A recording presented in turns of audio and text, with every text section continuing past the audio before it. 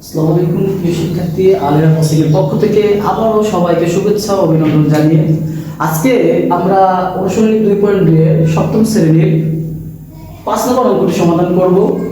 দেখো, এই অঙ্কটি বলেছে প্রতিটি চকলেট 8 টাকা হিসেবে ক্রয় করে, অর্থাৎ ক্রয় মূল্য হচ্ছে আমার 8 টাকা, 8 টাকা 50 পয়সা হিসেবে বিক্রি করে, অর্থাৎ 8 টাকা 50 পয়সা হচ্ছে আমার বিক্রয় মূল্য।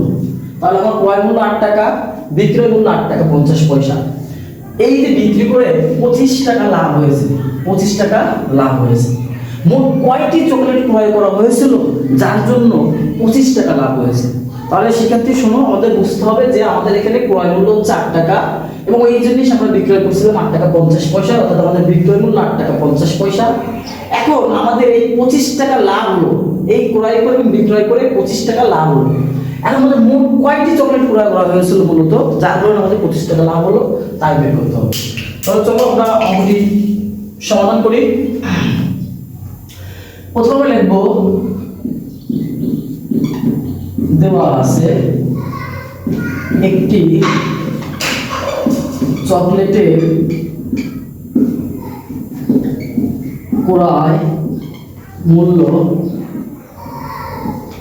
8 টাকা এবং একটি চকলেটের বিক্রয় মূল্য 8 টাকা 50 পয়সা। তো আমরা দেখতে পাচ্ছি যে একটি চকলেটের ক্রয় মূল্য হচ্ছে 8 টাকা, একটি চকলেটের বিক্রয় মূল্য 8 টাকা 50 পয়সা। তার মানে আমাদের ক্রয় মূল্য হচ্ছে বিক্রয় মূল্য বেশি হয়েছে। প্রিয় শিক্ষার্থী দেখো, ক্রয় মূল্য হচ্ছে কিন্তু আমাদের বিক্রয় মূল্য বেশি হচ্ছে। তো আমরা যদি ক্রয় মূল্য থেকে যদি বিক্রয় মূল্য বেশি হয় তাহলে অবশ্যই আমাদের লাভ হয়। আমরা লিখি যে যেহেতু ক্রয় মূল্য থেকে বিক্রয় মূল্য বেশি হয়েছে তাই লাভ হবে। লাভ হবে কত টাকা? অতএব লাভ হবে 8 টাকা 50 পয়সা থেকে 8 টাকা বাদ দাও। আমরা কিভাবে করব? লাভ কিভাবে বের করি? আমরা বিক্রয় মূল্য থেকে ক্রয় মূল্য বাদ দিতে হয়। তাহলে বিক্রয় মূল্য হচ্ছে 8 টাকা 50 পয়সা ছিল, এই যে 8 টাকা 50 পয়সা দিলাম, এবং ক্রয় মূল্য ছিল 8 টাকা, এই যে 8 টাকা দিলাম। যদি আমরা 8 টাকা 50 পয়সা থেকে 8 বাদ দিই তাহলে আমাদের থাকে 0.50।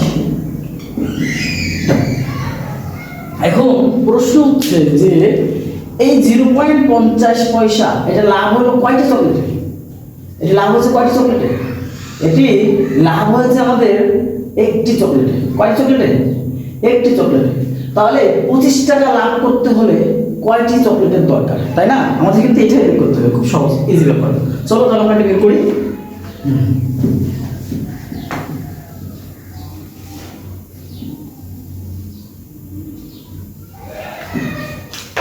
তাহলে আমরা লিখতে পারি যে 0.50 টাকা লাভ হলো একটিতে, অতএব 1 টাকা লাভ হলো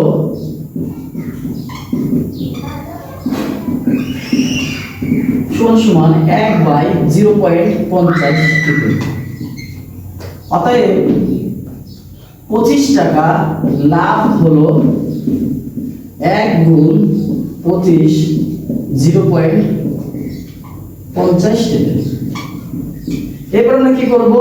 আমরা দশমিক উঠাই দিয়ে কাটাকাটি করব, অর্থাৎ 1 গুণ 25 গুণ 10 আর নিচে ডাইরেক্ট 5, অর্থাৎ আমরা বলতে পারি যে 5 5 25।